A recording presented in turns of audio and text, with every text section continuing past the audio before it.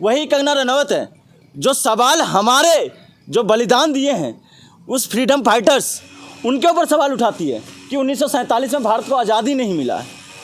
और वही कंगना रनौत है जो ये कहती है कि 2014 के बाद आज़ादी है, जहां दूसरी तरफ पूरी दुनिया उन्माद की राजनीति की तरफ देख रहा है। आप ये बताइए, आज राजनीति के अखाड़े में आपने विपक्ष को एक तरह से पूरी तरीके से ख़त्म ही कर दिया। आप ये बताइए, लोकतंत्र में किसने अधिकार दिया किसी पार्टी के कार्यालय को आप सीज कर दो? किसने अधिकार दिया किसी पार्टी के चंदे का अकाउंट को आप सीज कर दो?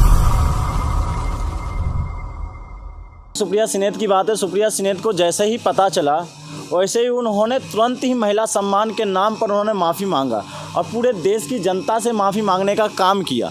और साथ ही साथ सुप्रिया सिनेत ने ये भी बात कही जो आप लोगों ने शायद चलाने का हिम्मत नहीं जुटाया। उन्होंने कहा जो भी इस काम को किया है, जिसने भी ये दुराचारी करने की हिम्मत जुटाई है मेरे अकाउंट के माध्यम से, उस पर सख्त से सख्त कार्रवाई होगी।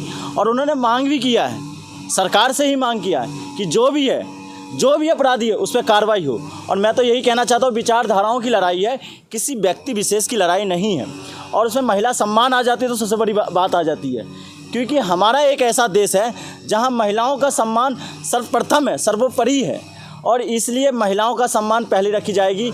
वो एक राजनीति अखाड़े में आई है, राजनीति विचारधाराओं की लड़ाई है। तो सुप्रिया सिनेत जी ने जो कहा है उनके अकाउंट से, जिसने भी कहा, उसके सख्त से सख्त कार्रवाई होनी चाहिए।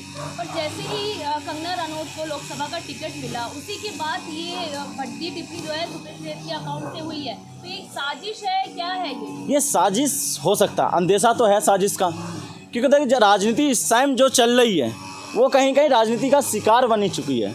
मैं इसलिए कहता हूँ, एक ऐसा आका है जो संदेश खली के ऊपर जो उनकी पीड़िता है मैं उनके साथ हूँ, उन पीड़िता के साथ हूँ। उनको टिकट मिला, एक महिला सम्मान की बात है, लेकिन सुनिएगा, मैं उस बेटी की भी बात करता हूँ, उस बहन की भी बात करता हूँ जो मणिपुर में प्रताड़ित की गई है, जिनको नंगा घुमाया गया। क्या उनको टिकट नहीं मिलना चाहिए? अगर ऐसा है तो। और दूसरी बात, वही कंगना रनौत है जो एक महिला विशेष का समर्थन करती है, दूसरे महिला विशेष को वो चरित्र के ऊपर सवाल भी उठाती है। आपको मैं बताना चाहता हूँ, अंकिता भंडारी केस में कितनी बार कंगना रनौत बाहर निकल के आई। वो भी तो एक पहाड़ से निकल बेटी है, पहाड़ की बेटी है। आज उनके वकील के साथ अन्याय हो रहा है उत्तराखंड के अंदर, लेकिन यही कंगना रनौत जो सबसे बड़ी देशभक्त बनने की कोशिश करती है, एक बयान नहीं आता है, अपने आप को कहती है मैं पहाड़ की बेटी हूँ, लेकिन उसी पहाड़ की बेटी की सम्मान के लिए एक वचन नहीं निकलता है। तो ये बड़ा सवाल उठता है। वही कंगना रनौत है जो सवाल हमारे जो बलिदान दिए हैं उस फ्रीडम फाइटर्स उनके ऊपर सवाल उठाती है कि 1947 में भारत को आज़ादी नहीं मिला है।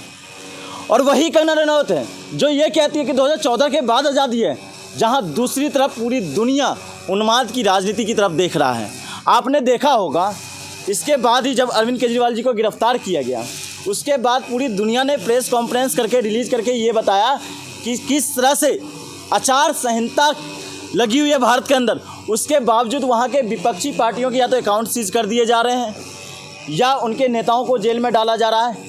इससे ये पता चलता है कि भारत के अंदर लोकतंत्र बिल्कुल मर चुका है। तो ये कहीं ना कहीं इस विचारधारा को भटकाने के लिए ये हो सकता है कि साजिश हो। लोकतंत्र को बचाने के लिए तो भ्रष्टाचारियों को जेल में डाला जा रहा है ना। मैं यही तो भ्रष्टाचारी आपसे पूछना चाहता हूं, पत्रकार महोदय, भ्रष्टाचारी जो भारतीय जनता पार्टी के अंदर अभी वर्तमान में शामिल है, क्या वो भ्रष्टाचारी नहीं थे? नाम बताइए। नाम आपके पता, अशोक चौहान अभी फिलहाल राज्यसभा के सांसद बने हैं। 2 दिन पहले तक वो सबसे बड़ा आदर्श घोटाला के अपराधी थे और 2 दिन बाद वो आदर्श नेता बन गए। ऐसे तमाम नेता हैं। मैं इसी शराब घोटाले की ही बात कर लेता हूं, जिसके ऊपर बीजेपी आम आदमी पार्टी के लिए बड़ा सवाल खड़ा कर रही है। मैं पूछना चाहता हूं, उपराज्यपाल जो अनिल बैजल साहब थे, उन्होंने ये सारी जितनी भी डीलिंग हुई है उसको अप्रूवल देने का काम किया। उनके ऊपर एक समन गया, एक भी समन नहीं गया। मैं पूछना चाहता हूं, वही शरद रेड्डी जिसको अपराधी इन्होंने बनाया था कि डीलिंग में इसका हाथ है, उस कंपनी का हाथ है, लेकिन उसी अरविंदो फार्मा ने जब भारतीय जनता पार्टी को चंदा दे दिया तो उसको नाफ साफ कर दिया कि वो सबसे बड़ा देशभक्त हो गया। तो ये दोहरी नीति तो नहीं चलेंगी ना सरकार के अंदर। आप ये बताइए, आज राजनीति के अखाड़े में आपने विपक्ष को एक तरह से पूरी तरीके से ख़त्म ही कर दिया। आप ये बताइए, लोकतंत्र में किसने अधिकार दिया किसी पार्टी के कार्यालय को आप सीज कर दो? किसने अधिकार दिया किसी पार्टी के चंदे का अकाउंट को आप सीज कर दो? किसने अधिकार दिया उनके तमाम नेता, जो छोटे बड़े नेता जो हैं, उनके आका को आप जेल में डाल दो? और चुनाव में कहो कि हम 400 पार का नारा दे रहे हैं, जनता हमारे साथ है। आप जनता से मुखाबिर नहीं हो पा रहे हो और कहते हो जनता हम। को सरगना कहा जा रहा है, किंग पिन कहा जा रहा है उन्हें शराब घोटाले का। पत्रकार महोदय, मैं आपसे पूछना चाहता हूं, क्या आबकारी नीति में उनका कोई सहभागिता रहा है?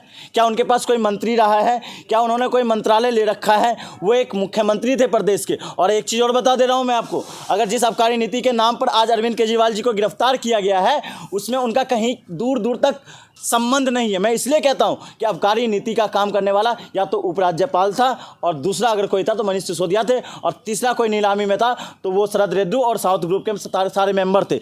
लेकिन मैं पूछना चाहता हूं, जिस कंपनी का टर्नओवर 100 करोड़ के अंदर हो और चंदा चला जाता हो 100 करोड़ से ज़्यादा, मैं कहना चाहता हूँ अरविंदो रेड्डी ने 5 करोड़ दे दिया अचानक से।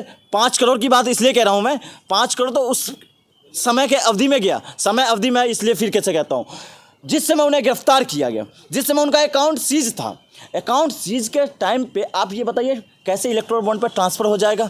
क्या ये सवाल ईडी पे नहीं उठता है? क्या ईडी के उस अधिकारी पे नहीं उठता है जिस अधिकारी के रहते हुए मॉनिटरिंग में अकाउंट सीज होने के बावजूद पैसा ट्रांसफ़र हो गया और सवाल नहीं उठा? तो ये एक साजिश के तहत ही अरविंद केजरीवाल को गिरफ्तार किया गया है। और ये पूरी जनता जान रही है, आज दिल्ली नहीं पूरे देश की जनता कह रही है कि अगर कोई इस समय लड़ रहा है भारतीय जनता पार्टी से तो आम आदमी पार्टी और केजरीवाल जी हैं। पर आप कह रहे हैं मोदी जी क्या साजिश कर रहे हैं कि पूरे विपक्ष के खिलाफ? बिल्कुल कर रहे हैं साजिश, एक साथ नहीं। आपने देखा आज से साजिश से थोड़ी हो रही है ये। आप समय समय पर जब भी चुनाव आता है, चाहे विधानसभा का चुनाव हो, चाहे एमसीडी का चुनाव हो, चाहे नगर पालिका का चुनाव हो, चाहे नगर निकाय का चुनाव हो, चाहे पंचायत का चुनाव हो, किसी भी राज्य में चुनाव हो, अचानक ईडी उस राज्य के तमाम विपक्षी नेताओं के घर पहुंच जाता है। उनके जो चंदा देने वाले जो व्यापारी होते हैं उनके घर पहुंच जाता है। तो ये राजनीति का शिकार है ही। जब उत्तर प्रदेश में चुनाव होता है तो इत्र व्यापारी के घर पहुँच जाते हैं, गलती से वो अपने घर पर ही छापा मार लेते हैं। जब बिहार के अंदर चुनाव होता है तो वो जाते हैं तेजस्वी यादव और तेज प्रताप के घर छापा मारने के लिए चले जाते हैं। जब बंगाल के अंदर चुनाव होता है तो शुभेंदु अधिकारी और जो वहाँ के जो मुकुल राय उनके घर छापा मारते हैं, उसके बाद वो पार्टी में शामिल हो जाते हैं। ऐसे ही महाराष्ट्र के अंदर जब चुनाव होता है तो वो अजीत पवार के यहाँ छापा मारते हैं और तमाम नेताओं के यहाँ छापा मारते हैं। जब पार्टी में शामिल तो सारे नाफ साफ हो जाते हैं। ऐसे ही कर्नाटक के अंदर जब चुनाव होता है तो वो येदियुरप्पा समेत तमाम जो खनन माफिया तो उनके घर छापा मारते हैं। जब उनकी पार्टी में शामिल हो जाता है तो सारा नाफ साफ हो जाता है। ऐसे ही मध्य प्रदेश के अंदर चुनाव होता है तो तमाम विपक्षी नेताओं के घर छापा मारता है। जब वो पार्टी में शामिल हो जाता है, बात करता हूँ ज्योतिरादित्य सिंधिया का, तो वो सारे नाफ साफ हो जाते हैं। तो ये तो राजनीति का शिकार बना ही रहे भारतीय जनता पार्टी। वो चाह ही नहीं रहे कि लोकतंत्र जिंदा रहे, वो चाह ही नहीं रहे कि देश के अंदर संविधान जिंदा रहे। वो चाह रहे हैं, उनका एक मोटो आपको नहीं पता उनका क्या मोटो है? उनका मोटो है one nation one leader one party. और इसका खमियाजा मैं बताऊँ कितना बड़ा होगा देश के लिए। आपको रसिया एक उदाहरण है। रसिया हमारा मित्र देश है, लेकिन रसिया आज पतन की दौर में है। रसिया पतन की दौर में इसलिए कहता हूँ, जो सोवियत संघ कभी डंका बोला करता था पूरी दुनिया में, आज सोवियत संघ का इतना टुकड़ा हो गया 20 सालों में, और अर्थव्यवस्था इतनी कमज़ोर हो गई है पूरी दुनिया के अंदर रसिया की। किस वजह से? बस एक कारण है, तानाशाही। और तानाशाही किसका? पुतिन का तानाशाही। और पुतिन की तानाशाही की वजह से आप सब लोग कहते हैं उत्तर कोरिया में तानाशाही है। मैं कहता हूँ रसिया के अंदर भी तानाशाही है और चाइना के अंदर भी तानाशाही है। आप दोनों चीज़ों को देखिएगा तो रसिया एक तरफ से पतन का शिकार हो चुका है। पतन ऐसा शिकार जो पूरी दुनिया से अलग थलग है। उसके बावजूद भारत के जो हमारे राजनेता है वो कहते हैं कि मैं रसिया के तर्ज पे चलूँगा। तो आप कहाँ ले जाना चाहते हो देश को? या देश को विश्व गुरु ले जाना चाहते हो देश को, या अलग थलग करना चाहते हो? तो ये सवाल तो उठता है। पर जैसे लोकसभा चुनाव करीब है और विपक्ष को जेल में डाला जा रहा है, तो क्या लग रहा है भारतीय जनता पार्टी जो कह रही है कि 400 पार होंगे, तो क्या हो जाएंगे 400 पार? ये बताइए, जो ये 400 पार नारा दे रहे हैं, मैं तो कह रहा हूँ 543 उनकी सीट आ जाएगी। जब विपक्ष होगा ही नहीं चुनावी दंगल में, तो चुनाव होगा ही नहीं, तो फिर क्या मतलब है? तो कोई मतलब ही नहीं है सीट की लड़ाइयों का, कोई मतलब ही नहीं है चुनाव प्रचार करने का। जब ये चुनाव प्रचार से ही वंचित कर दे रहे हैं विपक्ष के तमाम नेताओं को, तो मतलब क्या रह गया राजनीति अखाड़ा का? तो मतलब क्या रह गया विपक्षी नेताओं का, विपक्षी दलों का? तो मतलब क्या होगा लोकतांत्रिक देश का? तो मतलब क्या हो गया चुनाव आयोग का? तो मतलब क्या हो गया तमाम एजेंसियों का? मैं यही पूछना चाहता हूँ आप लोगों से ही। मैं ये कहना चाहता हूँ, आज जनता उब गई है इस सरकार से, भारतीय जनता पार्टी की तानाशाही से। चाहे वो उत्तर प्रदेश में हो, चाहे मणिपुर के अंदर हो, चाहे असम के अंदर हो, चाहे बंगाल का हो, चाहे बिहार का हो, चाहे हरियाणा का हो, चाहे पंजाब का हो, चाहे राजस्थान का हो, चाहे मध्य प्रदेश का हो, तमाम राज्य की जनता उब चुकी है और जनता ऑप्शन ढूंढ रही है। जैसे ही उनको ऑप्शन मिला, उन ऑप्शन को ख़त्म करने का काम अगर भारतीय जनता पार्टी कर रही है तो वो तानाशाही का एक संदेश है और ये तानाशाही चल रहा है देश के अंदर और ये देश कतई भी बर्दाश्त नहीं करेगा। मैं फिर कहता हूँ, आप सत्ता को परेशान कर सकते हो, पराजित नहीं कर सकते हो बिल्कुल भी। आज आपका दौर है, आज आपका दौर है। कभी उसका समय आएगा, ऐसा समय आएगा कि आप लोग सारे के सारे जेल के अंदर होंगे। एक ऐसा समय होगा कहीं ना कहीं आप फांसी के फंदे पर न लटकाए जाओगे, क्योंकि आपने जो देश के साथ गद्दारी की है ना, वो कभी बर्दाश्त नहीं। मैं लद्दाख, मोदी जी का 56 इंच का सेना पूरे देश के साथ है।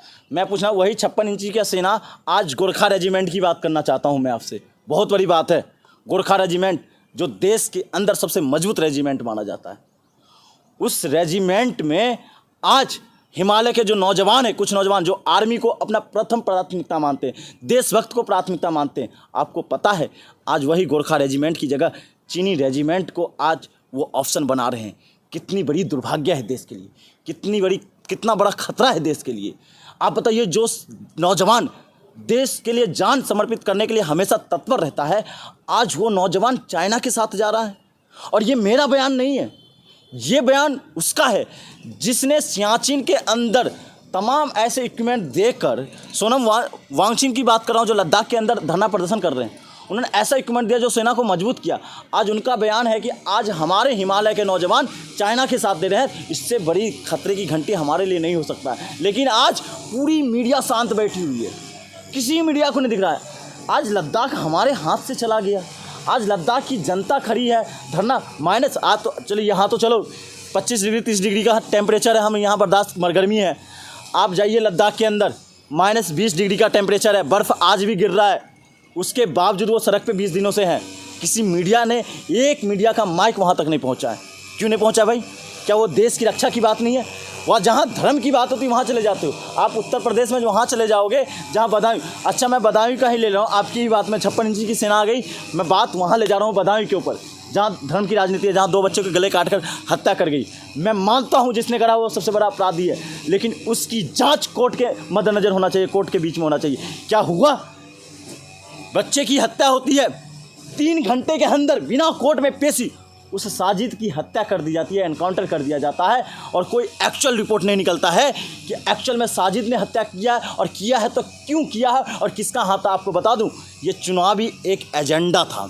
जिस तरह से राजस्थान के अंदर कन्हैया कुमार का हत्या किया गया था कांग्रेस को बदनाम करने के लिए, उसी तरह से ये है, और ये बहुत बड़ा साजिश। मैं तो इलाहाबाद हाई कोर्ट से और सुप्रीम कोर्ट से निवेदन करता हूँ, ये तमाम जो नुमाद की राजनीति चल रही है उसकी जाँच हो।